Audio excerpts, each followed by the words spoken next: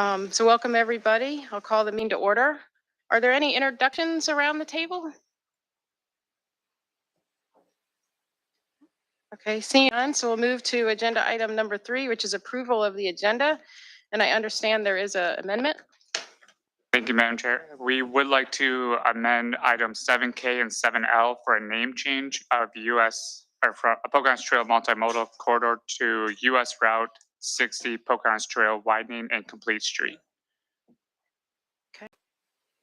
Are there any other amendments or discussion on the agenda?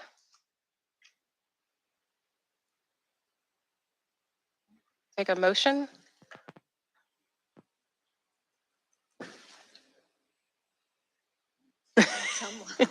Motion to approve with the amendment.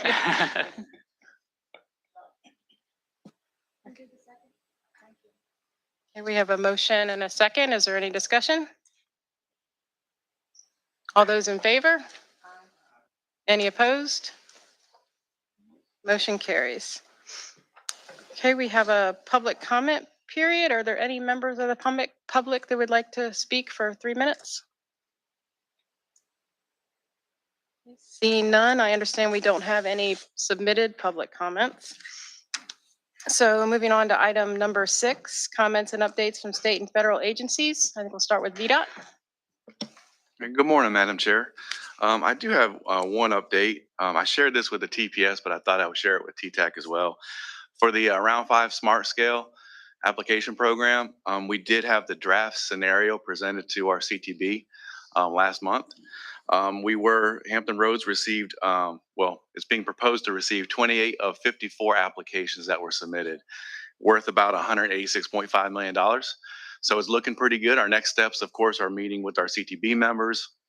We'll have a public hearing on the April timeframe, and then the final approved list of projects will be approved in June.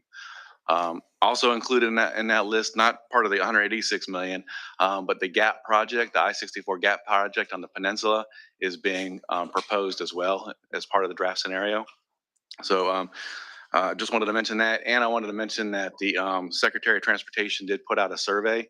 So anyone with the Smart Portal access should have received an email and link to the survey. The Secretary is seeking feedback on the Smart Scale process. This will help inform us for the Round 6 program that'll be starting, I'm sure, soon. So the survey is open until February 15th. So I encourage everyone to go in and fill out the survey. I know we had a lot of comments at last TTAC. So this would be a good opportunity to get those comments to the Secretary's office and to VDOT so that we can make some proposed changes for next round. That's all I have right now, Madam Chair. Thank you. And I think Kathleen is going to read. Yes, Grant nor Tiffany could be here, and Tiffany asked me to read this so it could be recorded in the minutes. Let's see. Transit Asset Management Plan. DRTP has completed the update to the 2022 Tier 2 Group TAM Plan, which went into effect on October 1st, 2022, and she does provide a link. A reminder that MPOs need to adopt transit performance targets into their TIPs by March 30th of 2023. Please provide your DRPT contact with a copy of the revised TIP before the March 30th deadline. A template letter can be provided to document the process. TAM-related data is now available on the DRPT Open Data Portal, which she provides the links, and allows for data filtering on both MPO areas and transit agencies. There is a federal discretionary grant writing workshop. DRPT would like to make all transit providers aware of 2 grant opportunities currently available to eligible applicants throughout the state. FFY 23 FTA buses and bus facilities, which is FTA 5339B funds, and FFY 23 FTA low or no emission vehicle program, which is FTA 5339C funds. This year, DRPT is available to assist in a few different ways throughout the application process. They will be hosting a virtual grant writing workshop on Wednesday, February 15th at 10 a.m. to provide an overview of the FTA discretionary application and evaluation process, which will include tips for how to strengthen your agency's application. She has a link for the registration. In addition, DRPT is available to provide letters of support and varying levels of technical assistance depending on your agency's needs. DRPT staff will be available to provide aid in project development to identify viable and competitive projects, grant writing assistance and technical analysis, final application review, and feedback before submission. If your agency is interested in applying for either of these grant programs and would like assistance, there is a Google form link to fill out to let them know how they can help. The deadline to request this help is from DRPT is February 21st. And if you have any questions, please contact Grant Sparks. Also, please find more information for the open federal discretionary funding opportunities below. She does have a link for grant for buses and bus facilities program, notice of funding. And then she also has a link for the grant for low emission vehicle program notice of funding. And then for the 2020 census resources and information, FTA bases annual apportionments for transit funding based on the US Census data. The FTA will host a webinar regarding this on February 9th at 1 p.m. She provides a link. And then in January 2023, FTA published a crosswalk and map of the 2020 census changes. And then the upcoming event, as I said, for the webinar is 1 p.m. Thursday, February 9th, for those recipients affected by the 2020 census updates. All this information will be provided in the minutes. Thank you, Kathleen. Do we have anybody here from FHWA? Report? Good morning. No report. Thank you. Thank you. And military liaison. They're watching via live stream, but they sent a note saying they had no report out. So moving on to item number 7, which is approval of the consent agenda as amended, but I believe John is going to make a comment. Yeah, just a quick comment on the consent agenda. As you can see, we have quite a few, and I believe this is a record number of amendments put before TTAC. And the reason for a lot of these amendments listed in the agenda today are from the January 20 Transportation Programming Subcommittee meeting, where the fiscal year 22 to 28 CMAQ and RSTP reserves were allocated. The subcommittee has recommended allocation of over $60 million in CMAQ and RSTP funds. And so just wanted to make note of the level of collaboration and organization that went on between our staff and primarily Kathleen and the localities and agencies to get this work done in our agenda that went out last week in a very short period of time. So I just want to thank everybody for their cooperation. Thank you. Thank you, John. And I believe Dale has something to say as well for the consent agenda. Good morning. I wanted to also call your attention under the consent that we do have some 2045 LRTP amendments. I actually got out of doing a presentation to TTAC, so thank you, Pavithra. But we do have a amendment for the City of Norfolk, Virginia Beach Boulevard, and then City of Suffolk. We have 2 phases of Shoulders Hill Road. Are there any questions or discussion about the consent agenda items? If not, I'll take a motion for approval as amended. Second. We have a motion and a second. All in favor? Aye. Any opposed? Motion carries. Okay, so moving on to item number 8. Pavithra will give us a report. Yeah. Last month, Keith was here to talk about the state of transportation report. The report was put out for public comment from Jan 4th through the 20th. We did not receive any public comment, so we are here today asking for action to the committee to recommend board approval of the document. And if they're tough questions, Keith will answer them. Does anybody have any questions on the state of transportation report? Okay, if none, I'll take a motion for. Motion to approve.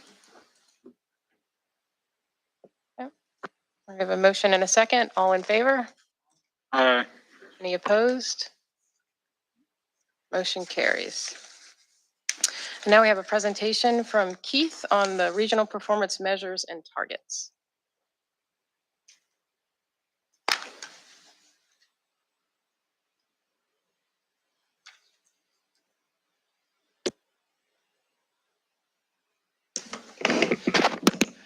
Good morning, everybody. Today I'll be doing everybody's favorite presentation I know, which is the regional performance measures and targets. There's a lot of information I threw in here. I'm going to try to keep it to 15 minutes, hopefully. So I'll just try to go through this as quick as I can. So federal legislation requires that states and MPOs use a set of these federally established performance measures and also set targets and monitor progress in each of these areas. And then we must take this information and incorporate it into the LRTP and then the TIP as one of the amendments was that you just approved a couple minutes ago. So in order to come up with these targets, we work in cooperation with the TTAC. And a few years ago, TTAC formed a regional performance measures working group to help with this. So the working group met back in early January. So all the information that I'll show you throughout this presentation is the HRTPO staff combined with the regional performance measures working group recommendations. So in terms of what we have to set targets for, there's 6 different areas that the HRTPO needs to set them for. Because we're an attainment area, we do not need to set ones in the area CMAQ. 2 of them are annual targets for safety and transit. Those will be for the year 2023. And then there's also 4-year targets in the areas of payment condition, bridge condition, roadway performance, and freight. Today, we're lucky enough that we are at that part of the cycle where we have to do both the annual targets and the 4-year targets. So we'll go through all those here throughout today's presentation. A reminder before I start, when it comes to setting our targets, we have a few options. We can either adopt the VDOT statewide targets and then report it more specifically to the metropolitan planning area. We can also select unique MPO-specific targets, or we can do some sort of combination of the two if we'd like in each of the areas. One other thing is there are no, and I put in quotes, penalties for MPOs if we do not meet our performance targets. That's unlike the state where, I don't know if penalty is the right word for the state, but there are certain obligations that the state is required to do if they don't meet their targets. In terms of MPOs, none of that is necessary. So there are no penalties if we do not meet the targets that we established today. It can be addressed during our quadrennial certification review just to make sure that our planning process meets their standards. So first up is the area of roadway safety. There are 5 targets that we need to set on an annual basis in roadway safety. That's fatalities, fatality rate, serious injuries, serious injury rate, and then bicyclist and pedestrian fatalities and serious injuries combined. So historically, the HRTPO has decided to set their safety targets based on the principle of Vision Zero. And in our region, we define that as taking the current number of fatalities or serious injuries or bike ped fatalities and serious injuries and reducing them by a set amount each year so that hopefully by the horizon of the LRTP, which in this case is 2050, we'll reach the number of 0. So I believe that's the process we've used pretty much every year since we started needing to establish these targets. Just to let you know, the state, on the other hand, uses a different method, and they have since the year 2020, and they use a more data-driven process where they use a model that they created, and based on BMT levels, driver behaviors, there's a whole list of factors that they put into this model. They base their targets set on that. So ultimately, what that means is the state has established targets over the last few years of increasing fatalities. So based on the numbers for the year 2021, they're set a target in the year 2023 that's actually an increase in the number of fatalities. So politically, that's not the easiest thing to do, obviously. So as a region, we've decided generally not to go that direction. So just wanted to give a quick example of one of the charts that we showed the working group at their meeting for serious injuries. So we shared with the group just the trends that we're seeing in the number of serious injuries here over the last decade plus. And then we showed the numbers that would be established, be our target based on Vision Zero. And then also, if we use the state method and their predictive models, what would the number be? So we shared all this with those 5 of the measures that I showed you on the first safety slide. And once again, the working group came to the consensus that HRTPO should continue using the Vision Zero principles when we set their targets. So based on that, you can see the numbers here. It would be 136 fatalities. The fatality rate of 0.917 fatalities per 100 million VMT, 1,513 serious injuries, 10.21 serious injuries per 100 million BMT, and then 177 bike and peg combined fatalities and serious injuries. So that will be the targets that we'll recommend for the safety targets today. So I'll just open it up real quick if there's any questions before we move on to transit, since it's very different areas as we go through here. I do have one question. Yeah. 137 fatalities. How many fatalities were there in 2022? We don't know the 22 number yet. 2021, unfortunately, was much higher than it had been previously, and that was 179 for the whole TPO area. The MPA is a little bit smaller, so it'd be just a little bit less than that. We think 2022 will be somewhere around 160 fatalities, so a decrease, but not as many. One thing I didn't mention is these numbers based on Vision Zero, they're actually based on a 5-year trend. So you're supposed to take your 5 previous years' data and then start doing the trend down. So hopefully it takes some of those, what are hopefully outliers with the really high fatality numbers and levels it out a little bit. So yes, this would still be a pretty big decrease if we do end up with that roughly 160 number for 2022.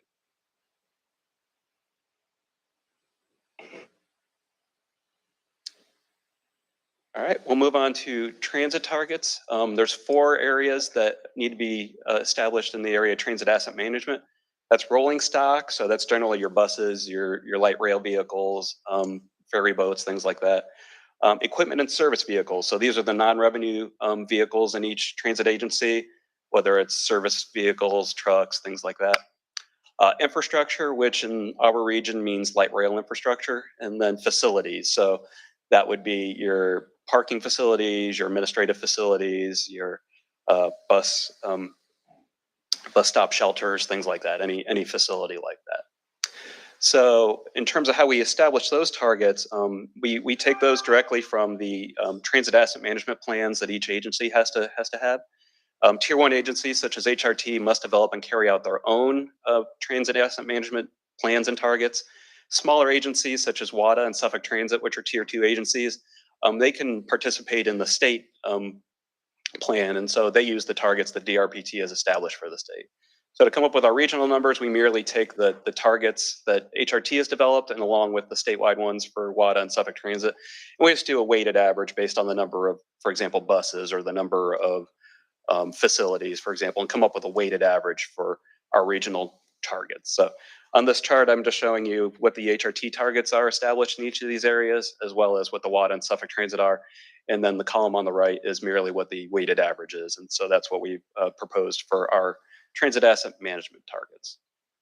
For transit safety, there's 4 categories: fatalities, injuries, safety events, and then system reliability. This is very similar to what we saw in transit asset management, where Tier 1 agencies have to develop their own agency safety plans, and Tier 2 agencies can use the statewide plan. So same thing with transit asset management. We merely took the safety targets that HRT established and then combined them with the WADA and the Suffolk Transit ones to come up with a regional weighted average. There's so many targets on this one that I didn't want to show, both HRT and the WADA and Suffolk ones. So this is merely the ones that come out when you do the weighted average of the HRT, WADA, and Suffolk Transit ones. We have a target of 0 fatalities, for example, on the transit system, less than 83 injuries on the bus system. And then you can see the same numbers for the number of safety events and then the distance between major failures of the system. Next area I'll move on to is bridge condition. There's 2 targets that we need to establish in this area. That's the percentage of the national highway system bridge deck area in good condition, and the percentage is in poor condition. So in terms of what is a bridge for these targets, it must be included in the National Bridge Inventory. So that leads to a couple stipulations. One, it must carry a roadway. So for example, a pedestrian bridge over the interstate isn't included in the National Bridge Inventory. Must be open to the general public. So any ones that are on, for example, military bases, those would not count as well. And then any structure that is greater than 20 foot in length. So whether it's a bridge, a culvert, you name it, as long as it's greater than 20 feet in length, it is defined as a bridge for the National Bridge Inventory and then the bridge targets we have here. Just to let you know, 4 years ago, we set a poor condition target that matched the statewide target. However, the condition, the percentage we had in good condition was well below the state values at that time. So we just set a target there to just maintain what we had rather than being overly aspirational to try to reach the state target. So what I'm showing here is the percent bridge deck area in good condition, both in Virginia, which is the dark black line, and Hampton Roads, which is the blue line. And then you can see little gray lines in the background. Those are the numbers for other MPOs throughout the state.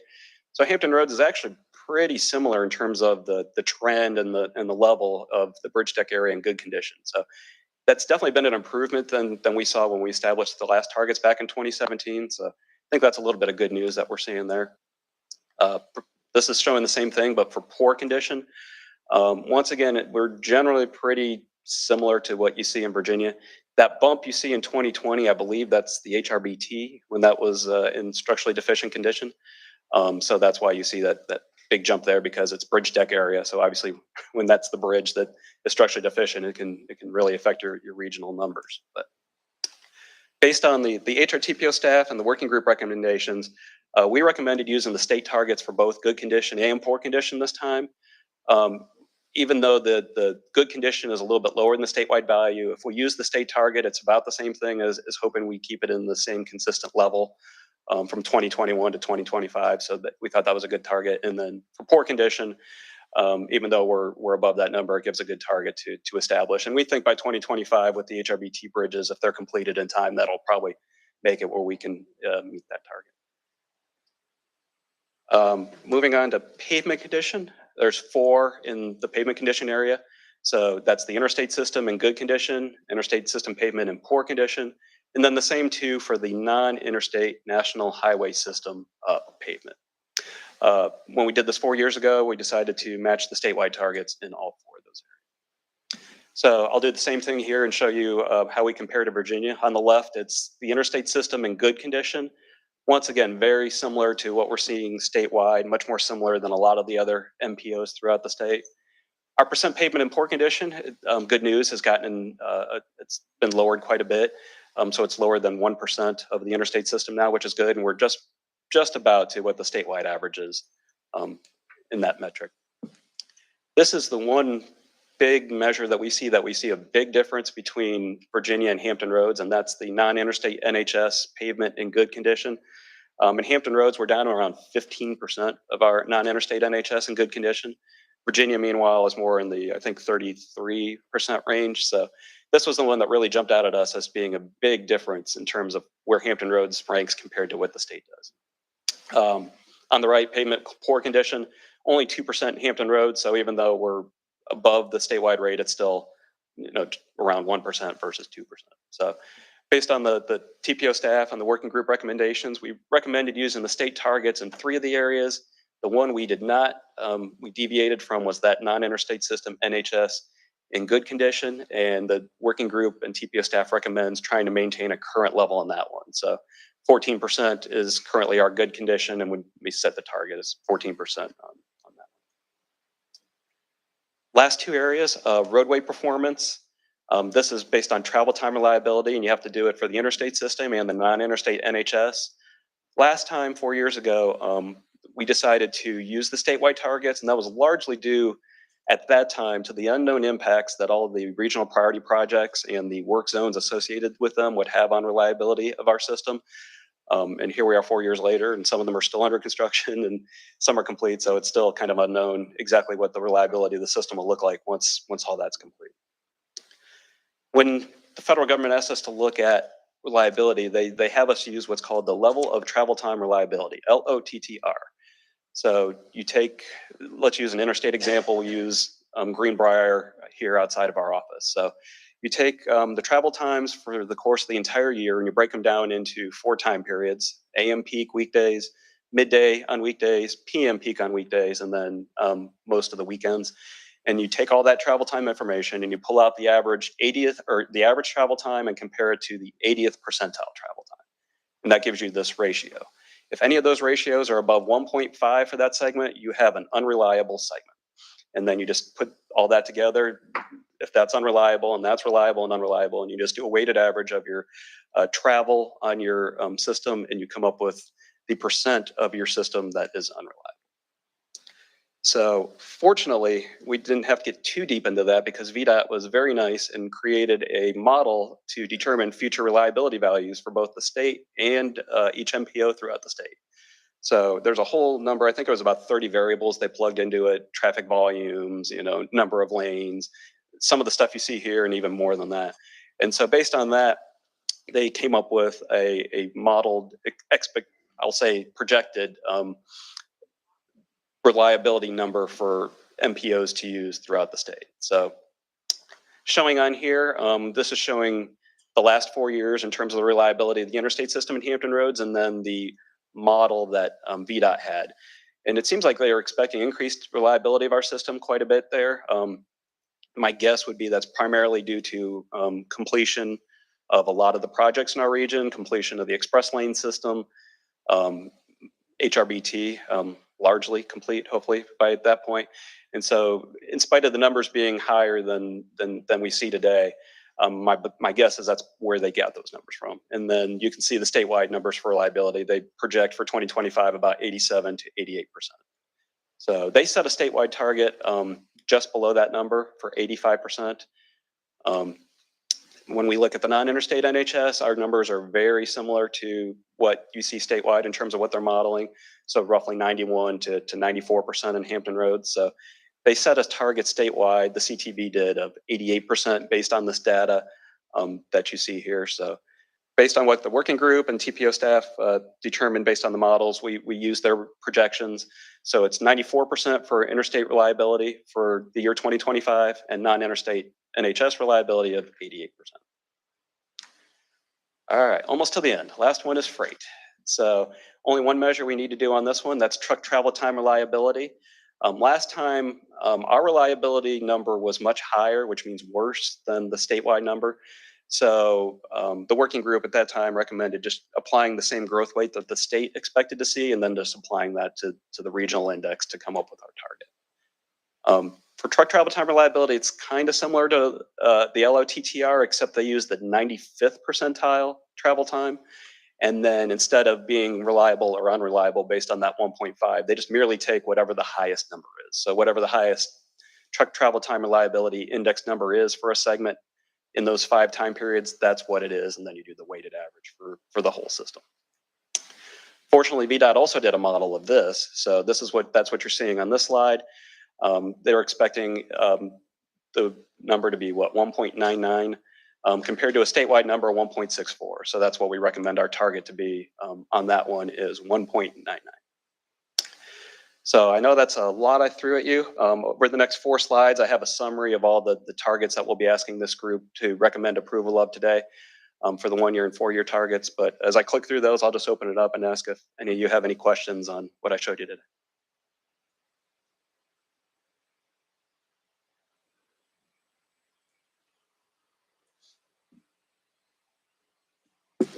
Stunned silence. Okay. Okay, since nobody has any questions, I'll take a motion. Motion to approve. Second. Okay, we have a motion and second. All in favor? Any opposed? Motion carries. And I also want to thank the working group for their help, because if you think this was long, they had about twice the amount of information that was shared with them. So definitely want to thank the working group who helped us establish all these targets last month. Thank you. Yes, thank you for your service on that group. All right. So moving on to item number 10, we have a presentation from Mike Davis with VDOT on the Hampton Roads Express Lanes Network.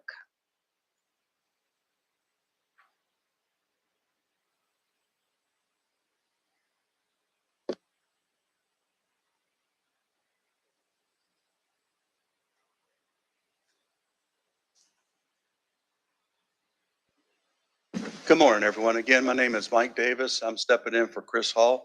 I'm the Deputy District Engineer for the Hampton Roads District, overseeing construction and design work. And today I wanted to give you a brief overview of the HREL projects and where we're at with the group of projects we have moving through our process. Here, just want to show you a map of what we have been doing and what we are doing and future work coming through, all the way from 64 up of the upper end of our district, all the way down to Bowers Hill. You see, we've been very active with projects that have been completed. We have projects that are starting to go into construction and design work and in studies. This just touches with HREL with the other projects. Y'all seen us along 64 as we maintain to keep barrels up along 64 through our corridor. The express lanes start with all the way up on the northern part of Peninsula, LaSalle Avenue to Denby's 4A and B, and it works its way all the way through to the high-rise bridge, which is a currently active project. And I've got in here too another slide that talks about the Bowers Hill that extend the express lanes into that area. But up here, I've got the completion dates to the side of the time of year when we expect them to finish, and really by seasons right now, as we work through the design, get them into construction. On the construction projects in the slides, I'll show you the actual end dates that are in the project schedules. I have here a note that says completion dates are subject to change. That's really tied to the ones in design moving forward. As we're moving forward, we've got some dates in place, but they've been bouncing back and forth a little bit as we get closer to releasing the advertisement. I have a video wanted to show y'all that kind of explains what the express lanes will be doing. A video is worth 1,000 slides. This is a good video. Y'all might have seen it before when Chris has presented here, but if we can play this, it kind of... Spanning an impressive 50 miles once completed, the Hampton Roads Express Lanes network along I-64 will help to relieve congestion in the general purpose lanes by providing additional choices for commuters. This results in more reliable travel times. The pursuit to relieve traffic congestion along I-64 in the Hampton Roads area is ongoing, and VDOT, in regional partnership with the Hampton Roads Transportation Accountability Commission and the Hampton Roads Transportation Planning Organization, is continuously working to make your commute better. With the integration of the I-64 express lanes, VDOT brings this tried and true strategy that has been successfully implemented in other parts of the state. It provides a reliable and seamless alternative to the general purpose lanes. The general purpose lanes are always available and free. The express lanes are free for high occupancy vehicles with Easy Pass Flex transponders and motorcycles. Single occupancy vehicles can ride in the express lanes by paying a toll. The toll price is dynamic and fluctuates depending upon the amount of traffic in the express lanes. The dynamic toll price ensures reliable speeds and travel times in the express lanes. As you enter onto I-64, merge into the general purpose lanes, and then safely transition to the inside general purpose lane.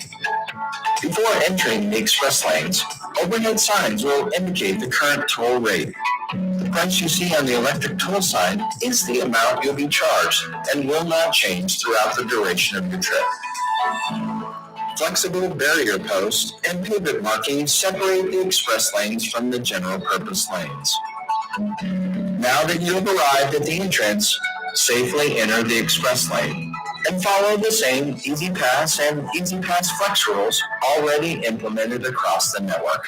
Remember, other drivers will be entering and exiting at these openings, so be careful, yield, and drive safely.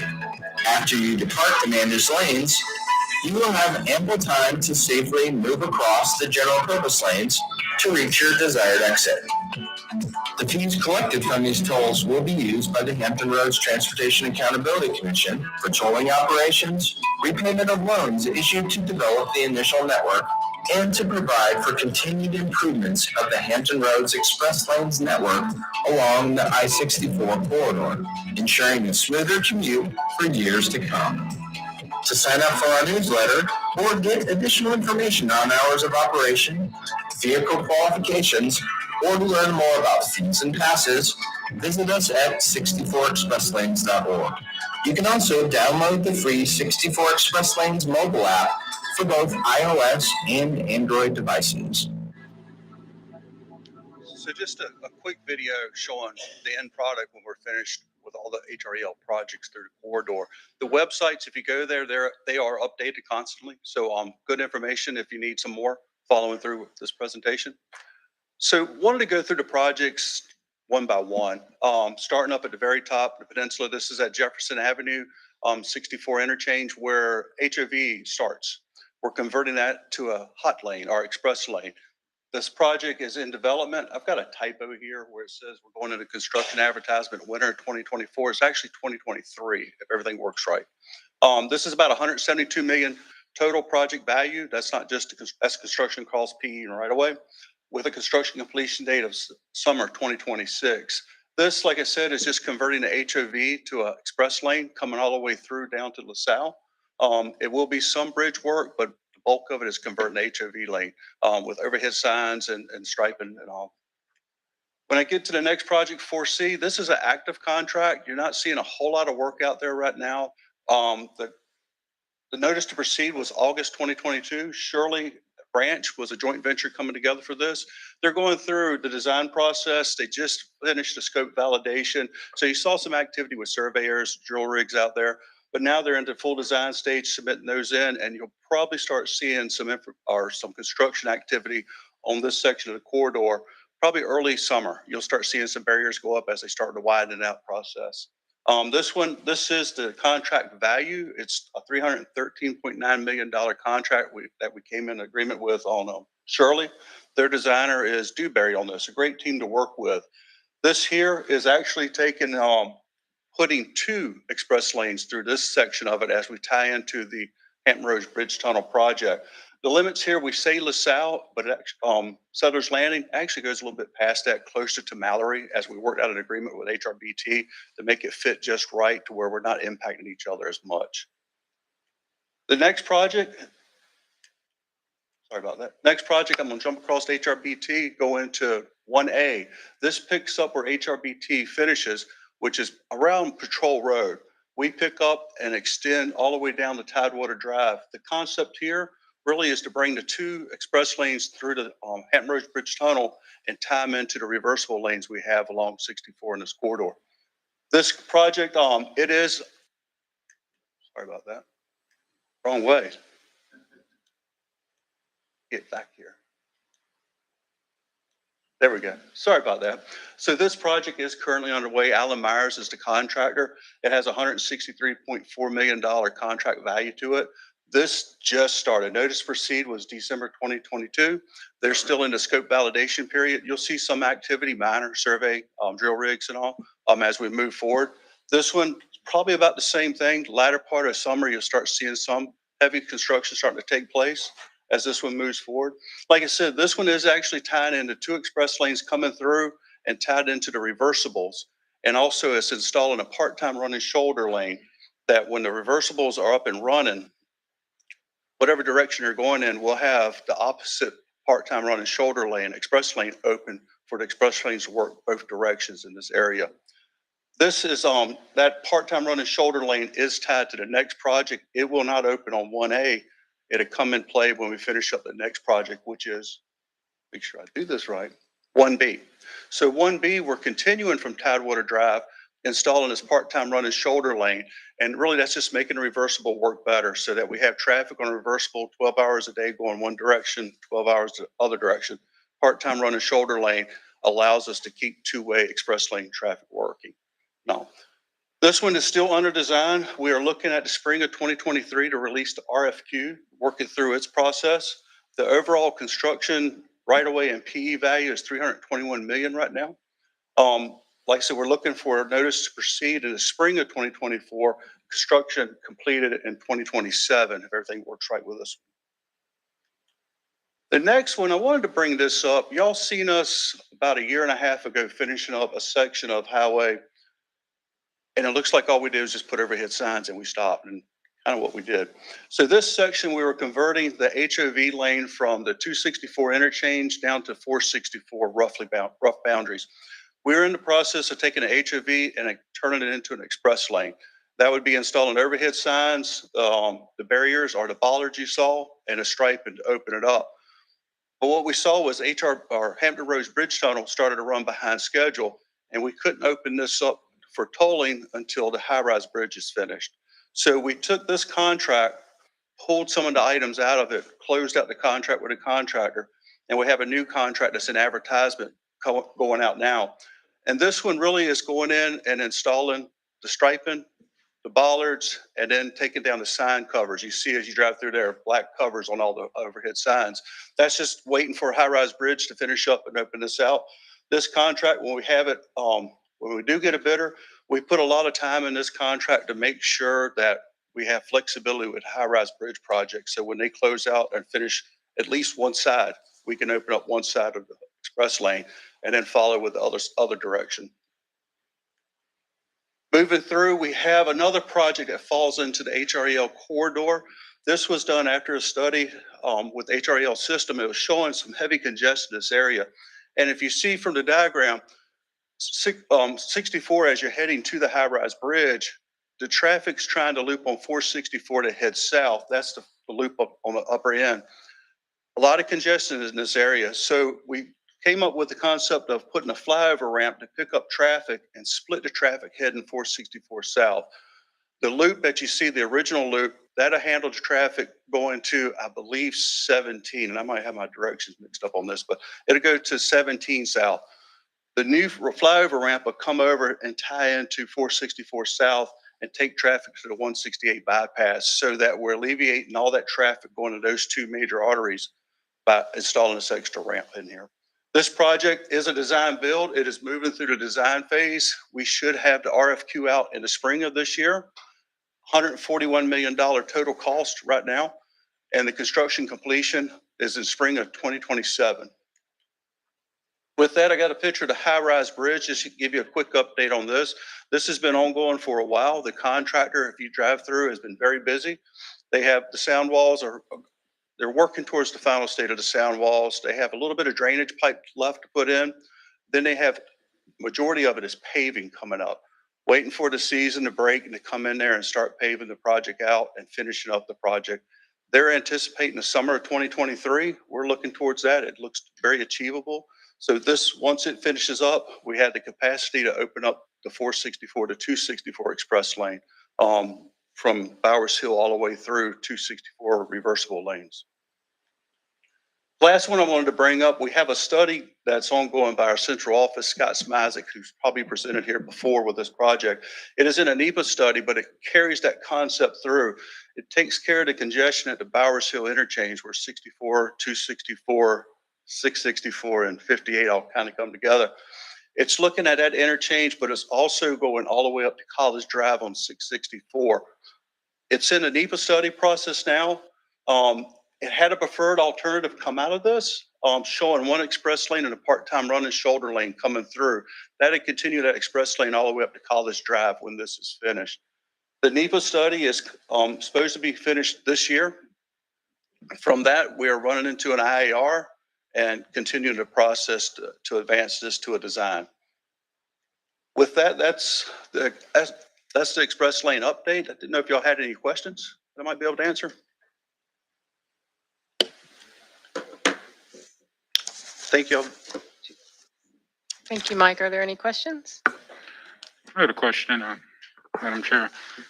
Just curious, I guess other than what's happening at Bowers Hill and 664, does VDOT anticipate any managed lanes on other facilities, 264 or 164? Not to my knowledge. Yeah, right now it's focusing on a 64 corridor wrapping through to College Drive. Okay. Thank you. Yes, sir. I've got one that's in the weeds that I'm going to ask offline. So people don't have to hear the Chesapeake minutia. One question we've got when we've talked to, our city man, we've sort of talked about this, is when people see it's not a physically separated lane, we get questions about, well, are people able to use it and then get back out, or the places that it's the lane, but it doesn't have the bollard, or, like the 95 where it's a complete physical separation. I guess can talk, about enforcement or how that's I guess a question we've gotten. So the bollards are going to go and they'll be installed like you saw in the video, spaced out along there. There will be the weave areas to enter and exit. Okay, that's the only You will see that throughout to limit it. The one thing that's going to be more enforcement and not cones is the part-time running shoulders. When they open up, because it has to be a shoulder lane when it's not working. So that will just have the stripe in there. There is, the way we're striping this, you see it will be two white line or two yellow lines, two white lines coming through, which means you cannot cross it. So the enforcement would be there with state police. Yes, sir. Any other questions? Yes, sir.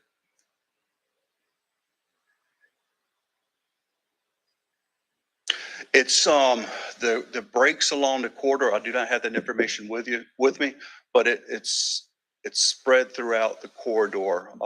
Bowers Hill would be one of the entries. I believe between 464 Bowers Hill would be an entry exit, and they're scattered through the whole corridor. Any other questions? Thank you all. Thank you. Okay, moving on to item number 11. We have a report from Alexis with the HRT on a traffic subcommittee update.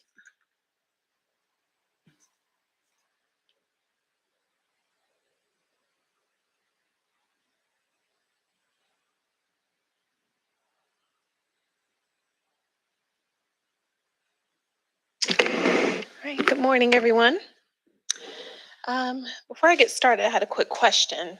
How many of you rode in your own car by yourself into this meeting today, by a show of hands?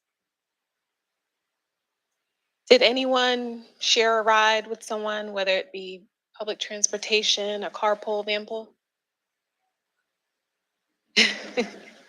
Okay, I think I saw 2 hands. All right, well, today, what I'm going to talk to you about is the Traffics program. And the goal of the Traffics program is to get more people like Carl than everyone else. So I'm going to give you an overview of the program. And then I'm going to talk a little bit about where the program was, where it's at now, and where we hope to be in the future. Okay. So the Traffics program was established in 1995.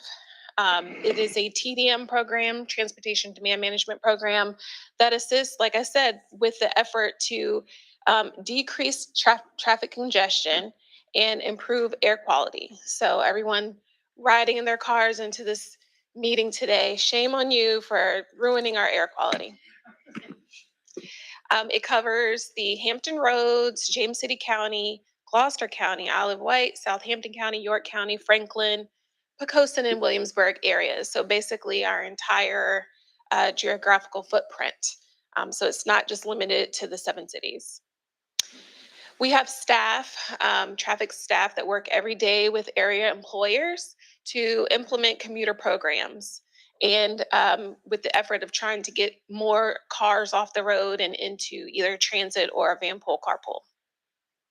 We offer free commuter and employer resources. So not just the program, but we help them get the program up and running. We are funded by the HRTPO, and we also use the CMAQ and RSTB grant funds. And last but not least, it's a service of Hampton Roads Transit. So the program, the employees of the program are Hampton Roads Transit employees. So just a little bit about the traffic subcommittee. It's basically a subcommittee of this committee right here, the TTAC committees, and it is comprised of people from all across the region. And what the traffic subcommittee is responsible for are all these things. So everything from organizational development, staffing, strategic planning, budget and funding, implementation, program supervision. It's really, the guiding light, if you will, for the traffics program. And we meet 3 times per year in February, March to discuss the upcoming work program. We meet in May and June to discuss budget, and then again in the fall to discuss the annual report. So a little bit about the traffics programs. One of our main programs is the vanpool program. And we work directly with Commute by Enterprise to lease vans to commuters who wish to form vanpools. We also offer stipends. So we have a Van Start program, which provides a subsidy to new and just now starting vanpools. So if you need a little bit of money to kind of get your vanpool up and running, there are stipends for that. And then if you are struggling, maybe you've lost a couple commuters, and so your vanpool is in trouble, we also offer a stipend to kind of save your vanpool. We offer bike amenities. So we have installed bike racks and bike repair stations all across Hampton roads. We have them available for any employer or other business that is interested in having one on their property. We also work on the park and rides. So we offer signage and parking tags for any commuters that want to use any of the park and rides that are under our purview across the region. We have the Commute VA Ride Home Rewards. It's the name of the program. I continue to call it the Guaranteed Ride Program because that's exactly what it is.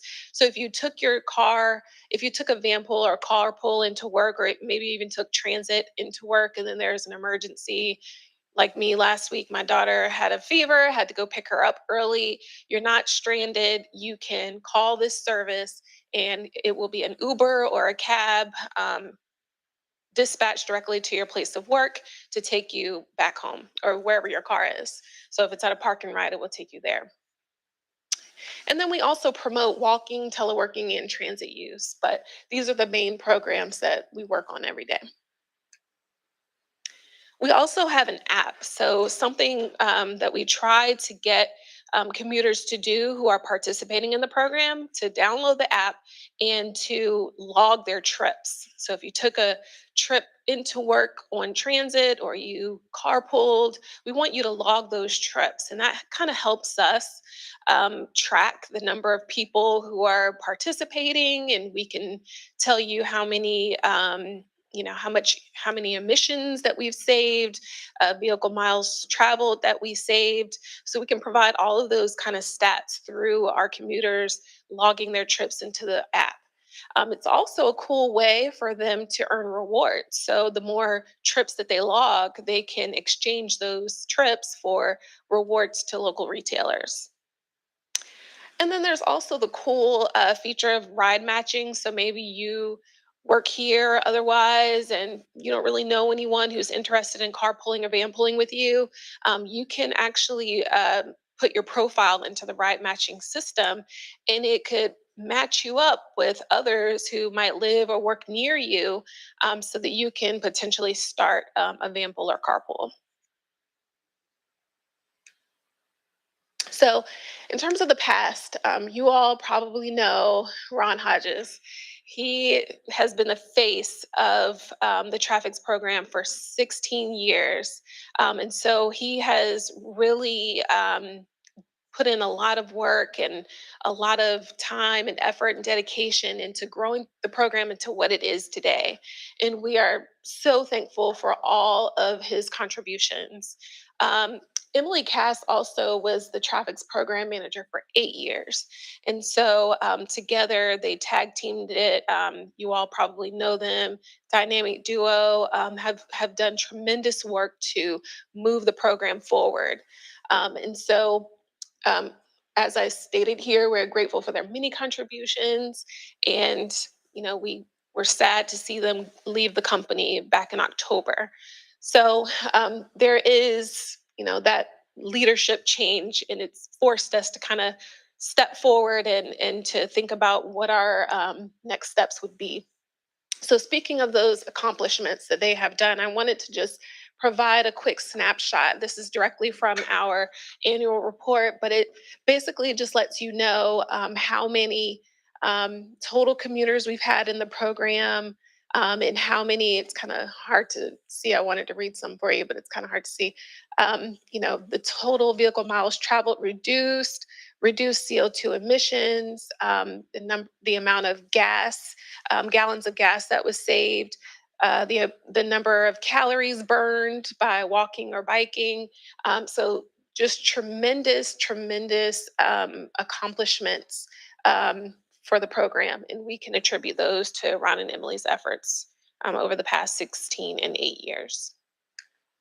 So, as I mentioned, with them exiting the company, we now had to figure out what's next for the traffics program. And so that means that we have two vacancies. So that's the director of the traffics program, the traffics program manager, and then we actually have another vacancy, another a commuter outreach specialist position that was vacated. The young lady's name is Alexis. My name is also Alexis, so don't it's a little confusing, but it was two Alexises. But Alexis, the commuter outreach specialist, moved on to another fantastic opportunity. Super happy for her. She got her master's over the summer, and she's putting that education to great use. So we're really happy for her. No hard feelings. I don't want to talk bad about her. All good. But we are actively searching to backfill that position.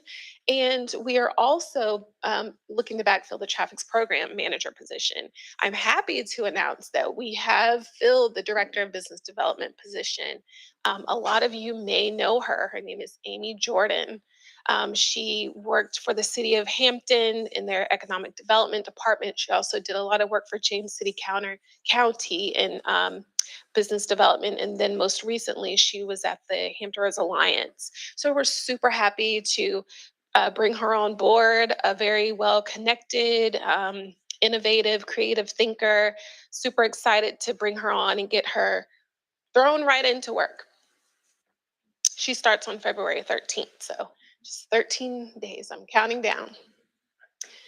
So I just wanted to kind of provide just a little snapshot of where the traffics program falls within the larger HRT organization. So this is actually my department. I'm the Chief Communications Officer, and this is the Marketing and Strategic Communications Department.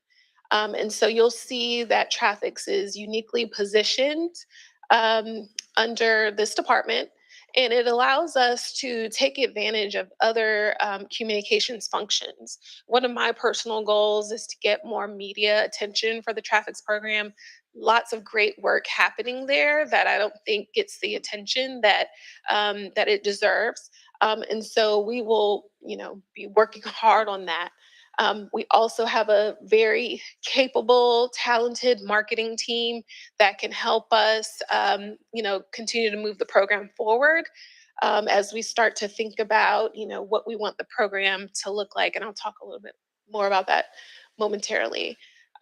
We also have someone who is responsible for government relations, and I think there could be an opportunity there. And then, as I mentioned, we have someone who is responsible for media relations. And so, kind of thinking about how we might, make that get the attention to the program that's so well deserved. So in the future, as I mentioned, we really want to backfill those positions. The director role has been filled, but we're still looking for a manager and an outreach specialist. And so overall, our main goal is to grow the program, right? We don't want to see any change with this change in leadership other than moving upward and onward. There has been a lot of questions about rebranding the program. A lot of people have asked me, should we rebrand the program? Does it make sense to rebrand the program? Does the name Traffics really resonate with commuters? And is there an opportunity to come up with a name that it more closely aligns with what the Traffics program does? There was some research done a few years back about, what the traffics program means to commuters, and there is a case there, but of course, we need to explore that a little more. And then, as I mentioned, continue to build upon past successes. We want to continue to grow the program and move it forward. So I just wanted to just give you a snapshot of who some of our partners are. Um, Obviously, the TPO is a major partner working hand in hand, but we also work with the military. We work with colleges and universities and major employers in the area. And as I mentioned, we work with Commute with Enterprise for the Van Pool program. So are there any questions I can answer? All right, I'll take that as a no. Thank you so much for your There's one- time today. One question. Oh, well, Madam Chair, I just, as chairman for the Traffics Committee, I just wanted to thank Alexis for this great presentation and for also giving me an opportunity to brag about my clean commute. Appreciate that.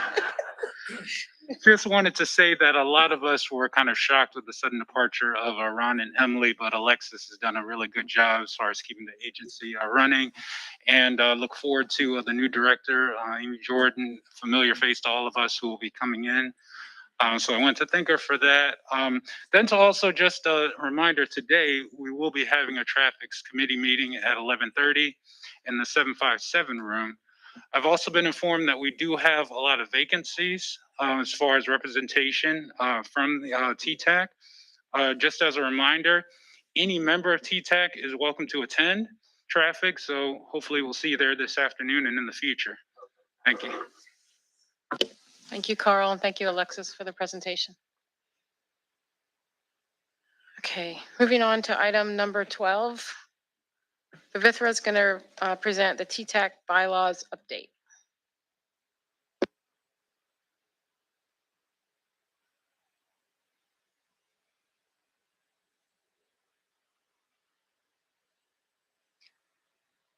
Okay, good morning.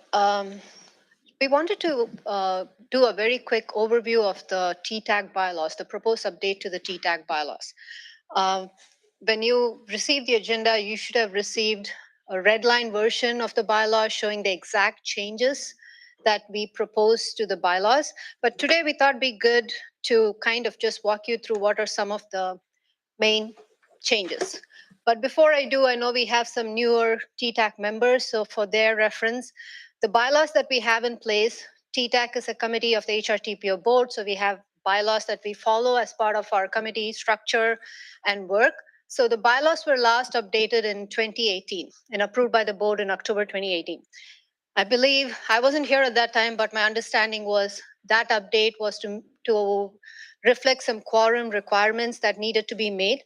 But since then, I think we've all gone through something called COVID-19, a global pandemic, state of emergency. Everything you could think of has happened in the last 2-3 years. So that's, we've had to, pivot quite a bit in terms of our meetings and everything. We are now back. We're super excited about it. But while all of that happened, there are other things that have happened at our end as well. So one, the TPO board bylaws were updated last year. And the reason I mention it, I'll mention in the next slide what it means for our work.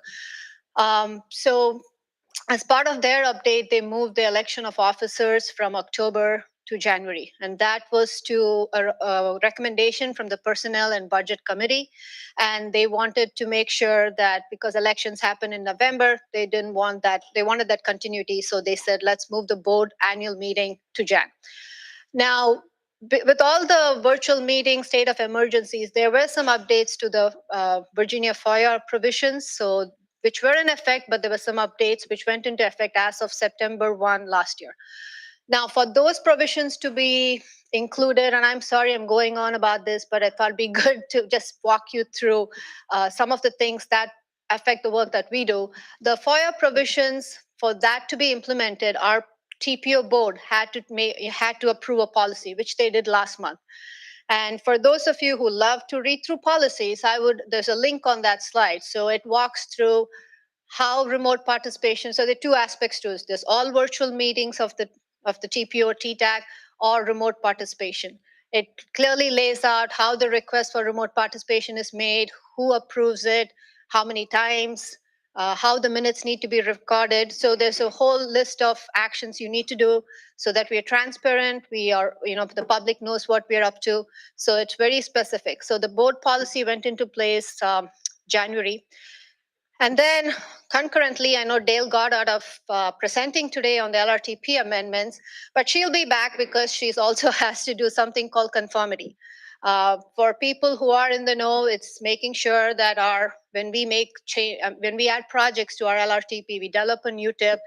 our air quality, we don't make it worse. So that's the simplest way I can explain it. But there's a process and procedure. So Dale's been working with VDOT to streamline those procedures, and that also has impact with the bylaws. So that's kind of the background as to why we thought this would be a good time to update the bylaws.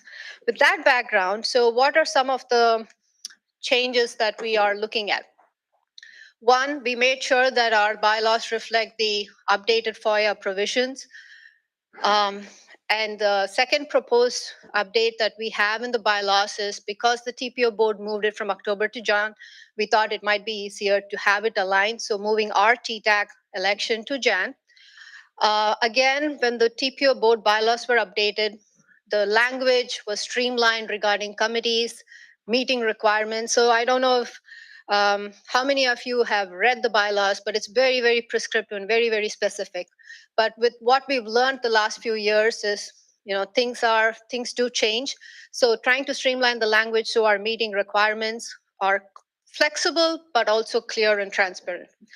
The other thing is the clarification on roles and responsibilities when both the chair and vice chair are not there. I hope that doesn't happen. It's happened in the past, but we thought it'd be good to make sure who takes on if both the chair and vice chair are not able to be at the meeting. Similarly, if you look around for the TPO staff, TTAC is all hands on deck, so all of us are here. But in case the deputy, and if I'm not there, we wanted to make sure there's a staff designee or whoever is in the deputy role. If they're not there, a staff designee is there. And then I think anytime you revisit something that's been done 3-4 years ago, you will notice there were redundancies. The language could have been phrased a little bit better, and that's kind of what we went through. So if you take a look at the agenda packet, it shows you exactly what the changes are. But we thought it'd be good to kind of just give you a quick overview of what the changes we think are worth mentioning here. So in terms of the next steps and process timeline, we have it included in the agenda. It's open for public review and comment. The agenda note says public review ends February 8th, but the public notice got delayed going out, so we've extended the public comment period till February 10th, which would be the next Friday.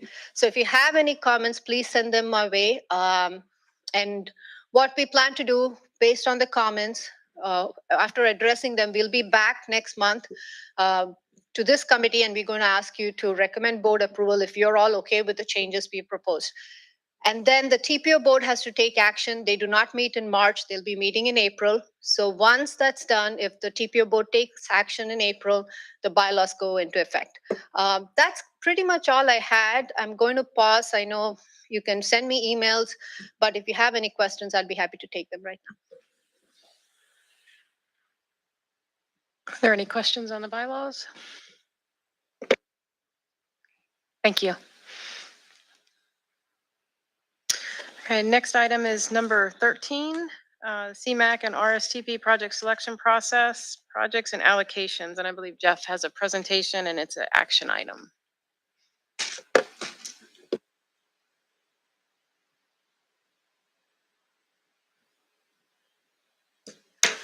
Good morning.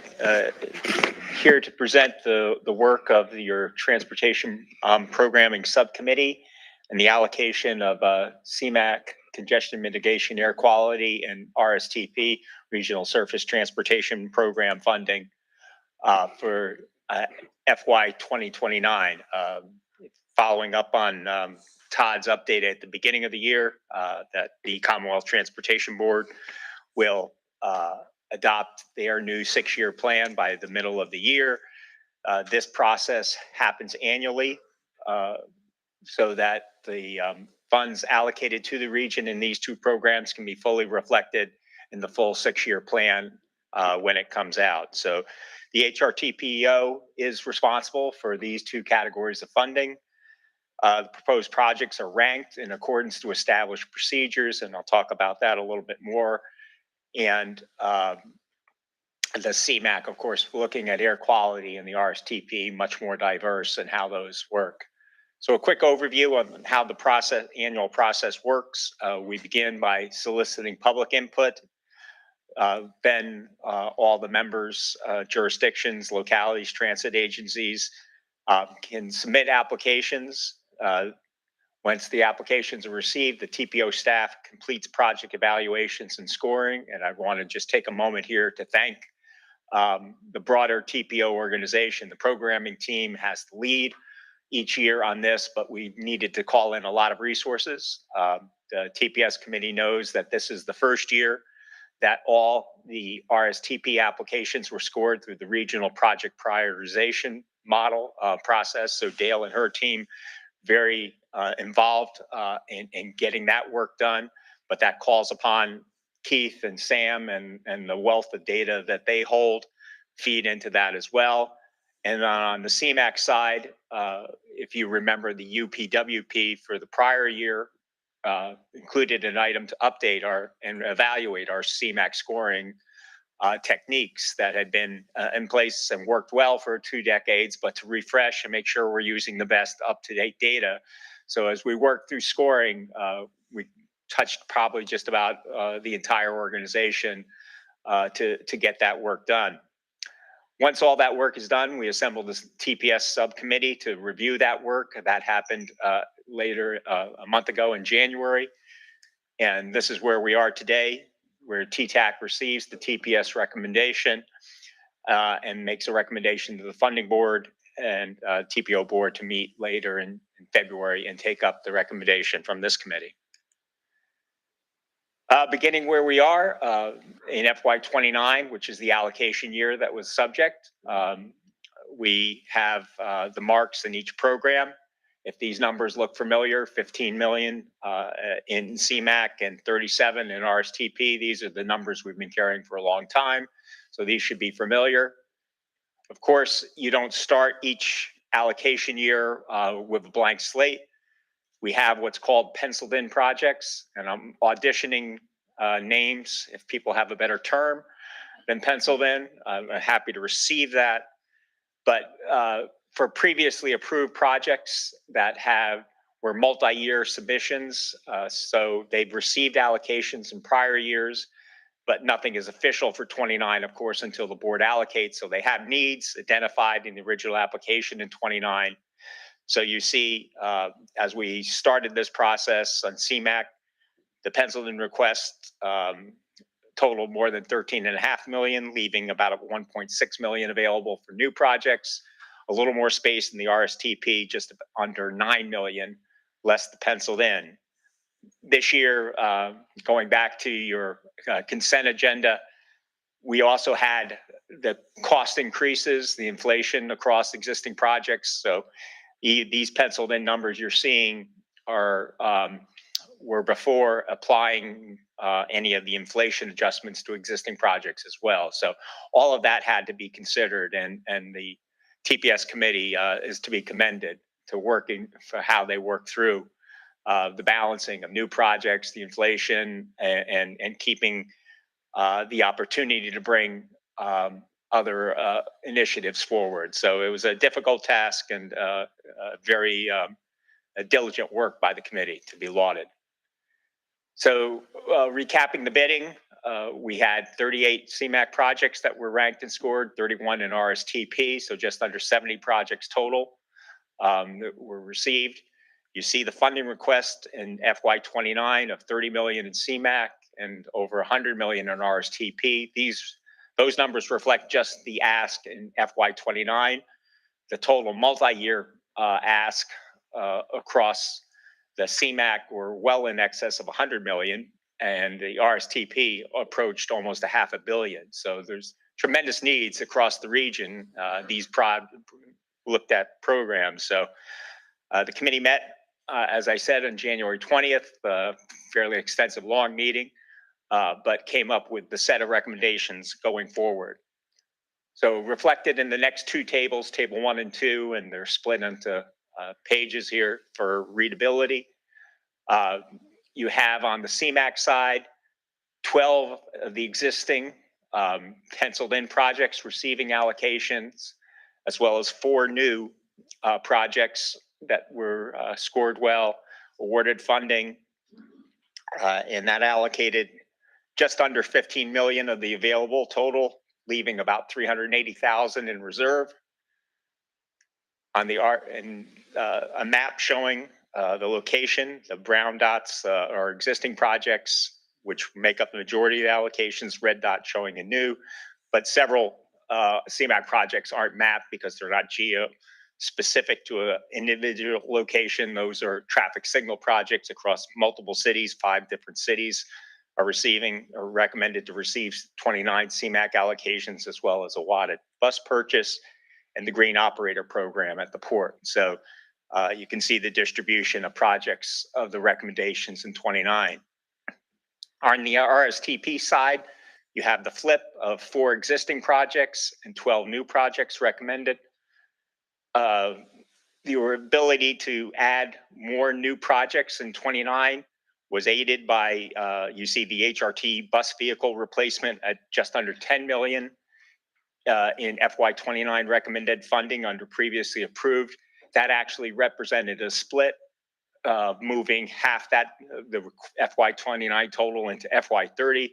So that created more space to bring a few more new projects online. And you see the allocation was almost of the full available total, leaving just under $18,000 in reserve.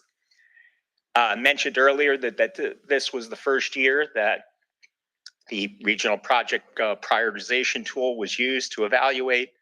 We're planning to do, as we get to the conclusion of this process, kind of a debrief and study of lessons learned. But I think it's interesting to note, if you look at the variety of projects recommended going forward in 29, of the 12 new projects, 3 are active transportation, 2 are traffic signal intelligent transportation system. There are 3 studies, 3 kind of a traditional roadway, and 1 safety. So it shows that there's a variety of project types can come in, compete well, score well under the project prioritization tool. So I thought that was an interesting result as how things came forward and shook out. The map of the distribution shows a very wide distribution. You see many more red dots on this map of new projects. As I said, 12 new and spread out well through the region.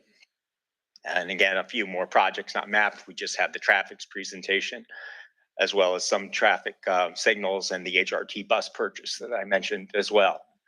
So the recommendation to the TTAC from your Transportation Program Subcommittee is the approval of the FY29 CMAQ and RSTP projects and allocations as shown in tables 1 and 2 on the previous slides. And happy to take questions. Are there any questions for Jeff?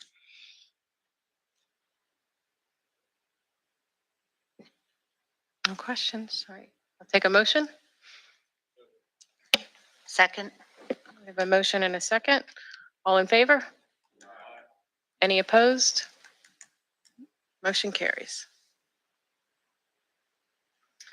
All right, item number 14 is a 3-month tentative schedule in your packet for your information. Item 15 is for your information. There are minutes from the Active Transportation Committee meeting and the TPS meeting where we allocated the funding for your information. Are there any announcements? We have something from Dale? Competing with Carl and traffic's reminder that we have a long-range transportation plan subcommittee in this room soon after TTAC. We just have to set up the owls for the hybrid portion of it. But thank you. Are there any other announcements? Okay, any old or new business? I believe John has something. Yes, thank you, Madam Chair. So as many of you know, the RAISE federal grant application process has begun. Notice of funding opportunity is released. Applications for that program are due on February 28th. With those applications, letters of support are typically required. So if there are any agencies or localities that would seek an HRTPO letter of support for that application, if you could please notify me and or Kathleen Grabiger by February 10 with that request, that'd be very helpful. Thanks. Any other old or new business? Did we take a motion to adjourn? No. Okay, meeting adjourned.